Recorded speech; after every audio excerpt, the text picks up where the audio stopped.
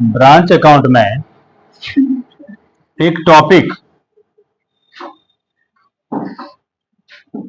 Journal entry से संबंधित होता है जो हेड ऑफिस के पुस्तक में करना होता है।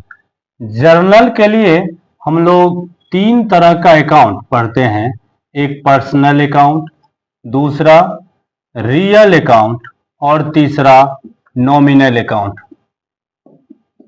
पर्सनल अकाउंट, रियल अकाउंट और nominal account. Personal account, account जिसका संबंध व्यक्ति, संस्था, फर्म,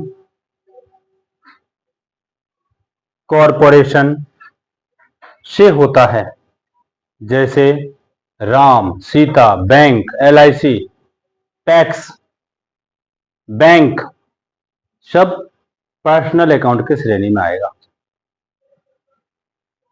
रियल अकाउंट जिसको हम देखते हैं, जिसका कोई रूप रंग होता है, उससे संबंध रखने वाला जो भी कुछ है वो रियल अकाउंट है, जैसे गुड्स, कैश, फर्नीचर, ये हमारा रियल अकाउंट है। और नॉमिनल अकाउंट जिसको हम देखते नहीं हैं, जो सिर्फ एक नाम है, व्यवहार में उसके बदले दूसरा चीज का यूज होता है, जैसे सैलरी एक नाम है, सैलरी का कोई रंग रूप नहीं है, सैलरी के बदले हम रुपया का आदान प्रदान करते हैं। Wages, rent, advertisement expenses, office expenses, ये जो भी कुछ है जिसका सिर्फ एक नाम है, इसके बदले हम वहां पे रुपया यूज होता है। तो जो सिर्फ एक नाम है, जिसका अपना कोई रंग रूप नहीं है, वो नॉमिनल अकाउंट। अब यहां ब्रांच अकाउंट में इन the book of head office, in the book of head office, ये क्वेश्चन फर्स्ट सेमेस्टर में या अभी जो हमारा ओल्ड सिलेबस था उसमें पूछते रहा है कि व्हाट इज ब्रांच अकाउंट, शाखा खाता क्या है, what entry recorded in the book of head office, प्रधान कार्यालय के पुस्तक में हम क्या एंट्री करते हैं, ये थ्योरी में एक क्वेश्चन पूछता है। या फिर what is branch account, discuss its types. तो what is branch account, discuss its type हम पीछे क्लास में बताए हैं ये कितने प्रकार के होते हैं, ठीक है। अभी हमको इसका जर्नल एंट्री पढ़ना है। जर्नल में ध्यान दें, हेड ऑफिस के पुस्तक में हम कोई भी काम कर रहे हैं, कहां, हेड ऑफिस के पुस्तक में। हेड ऑफिस तैयार करता है और किसके नाम का तैयार करता है, ब्रांच के नाम का। तो हेड ऑफिस तैयार कर रहा है ब्रांच के नाम का। ब्रांच एक संस्था है जो एक पर्सनल अकाउंट, अब वो संस्था को माल भेजा, गुड सेंड कर रहा है, तो ब्रांच जिस ब्रांच के नाम में भेजेगा वो ब्रांच होगा रिसीवर। तो debit the receiver, personal account का हमारा सूत्र होता है डेबिट द रिसीवर। और गुड्स भेजा है, गुड्स रियल अकाउंट है जिसमें सूत्र होता है डेबिट व्हाट कम्स इन और क्रेडिट व्हाट गोज आउट। जो आया है उसे नाम करें, जो जा रहा है उसे जमा करें। तो पाने वाला यहां ब्रांच है, लेकिन हमारे यहां से गुड्स जा रहा है, जिस गुड्स का नाम गुड्स सप्लाई है, इसीलिए हम लिखते हैं ब्रांच अकाउंट या टू गुड्स सप्लाई अकाउंट। हम दे रहे हैं किसको, ब्रांच को, तो ब्रांच रिसीवर हुआ, तो रिसीवर को डेबिट करेंगे और गोज आउट को क्रेडिट करेंगे।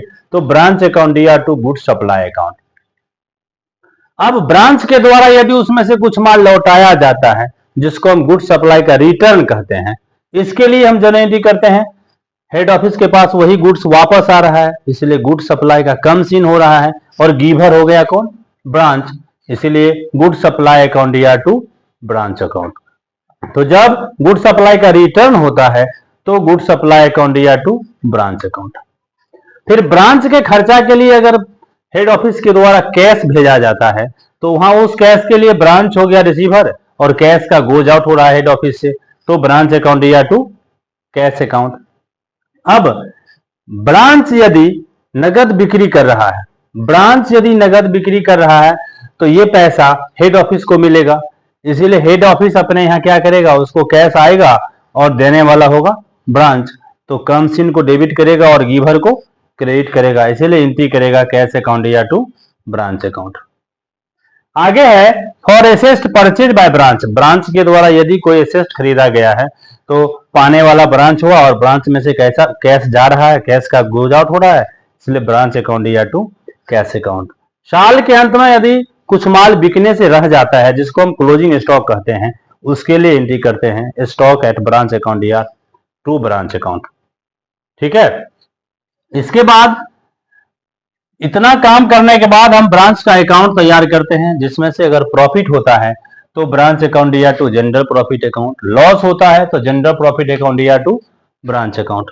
फिर प्रीपेड एक्सपेंसेस के लिए कुछ खर्चा अगर ब्रांच के द्वारा एडवांस में कर दिया जाता है तो प्रीपेड एक्सपेंसेस अकाउंट या टू ब्रांच अकाउंट। कुछ खर्चा ऐसा है जो करना था लेकिन नहीं किया गया, जिसको हम आउटस्टैंडिंग कहते हैं, तो आउटस्टैंडिंग के लिए ब्रांच अकाउंट या टू आउटस्टैंडिंग अकाउंट। तो किसी भी एंट्री को आप पर्सनल, रियल और नॉमिनल, जो हमारा गोल्डन रूल है, इस पे अगर सेट कर दें तो वो बिना याद का, माइंड सेट से ही वो याद रहेगा। रट के याद करना वो दिमाग में नहीं रहता है, समझ के याद करें वो दिमाग में रहेगा। और ये क्वेश्चन बड़ा इंपॉर्टेंट होता है, क्वेश्चन लिख लें आप लोग। What is branch account, what entry recorded in the book of head office. ठीक है, लिख लेंगे और इसके आधार पे आप, इसको नहीं होगा तो अपने से तैयार करके लाएं। ठीक, रोक दो इसको।